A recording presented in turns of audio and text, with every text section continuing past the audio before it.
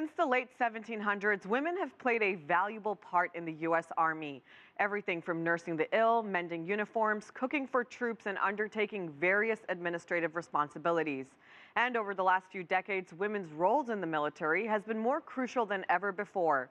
In January 2013, U.S. Defense Secretary Leon Panetta signed a document that lifted a ban on women in direct ground combat roles. It was a historical move that overturned a 1994 Pentagon rule that restricted women from artillery, armor, infantry, and other combat roles. And by the end of this year, all armed services are ordered to open their ground combat units to women, including the Marine Corps, known to have the toughest military training. Now, this move has opened up over 237,000 jobs to women. And while women continue to make strides and break barriers in military life, it's a grim picture for many of those once they try to make the transition back to civilian life. Over the last few years, the U.S. government and corporate America have been making strides to hire more veterans. Still, there are gaps.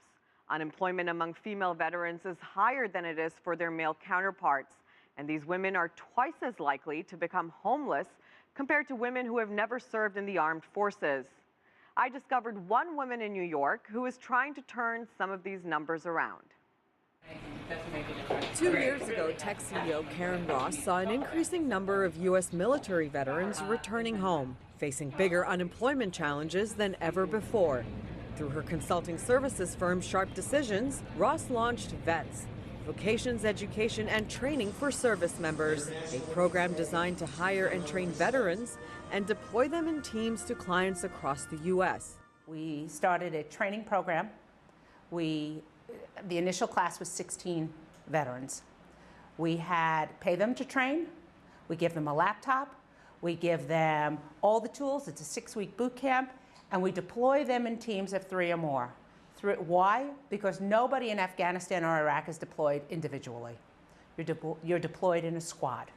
And those are the principles of this program, where everybody pulls for everybody else, everybody works with everybody else. These veterans cross-train. They do things that's unprecedented in this environment, work environment. We don't need to offshore. We need to bring jobs to America with Americans who have made a difference for our lives and our freedoms. More than a decade after 9/11, veterans across the country still struggle to find jobs. The numbers are worse for female veterans. According to the U.S. government, the jobless rate for female veterans was 8.5% in 2014, compared to 6.9% for male veterans. And that 8.5% unemployment rate for female veterans was also much higher than that of non-military women, who had an unemployment rate of 5.9% in 2014. Female veteran Shaun Allicock is a Sharp Decisions employee.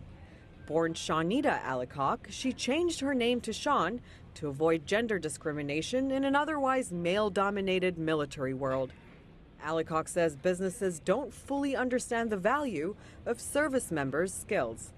I have every confidence that every soldier comes out of the military, or that is in the military, is at a level of expertise unmatched by someone in the civilian world. However, communicating that is very difficult to those who do not have exposure to the military or the military culture. Finding a way for that to translate, finding a way for employers to see, if you spent, 8-10 weeks training in an officer candidate's course, a leadership's course, to lead hundreds, that should be the equivalent to, any master's program in project management. Certainly you're dealing with the same kind of issues, but that coming across does not always translate. With a retention rate of 94%, V.E.T.S has now expanded to over 70 veterans on staff who are then deployed to clients across the U.S., which include health insurance, financial services, and mortgage companies. When veterans are coming back, they're process-driven. It's not abstract, it's process. So if A, then B, if B, then C.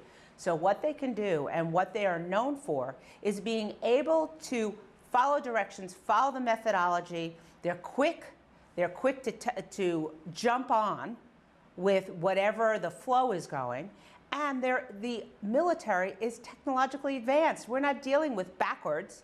There are a number of government programs to help veterans make the transition from military to civilian life. They include education, training, disability aid, and tax credits to employers who hire veterans.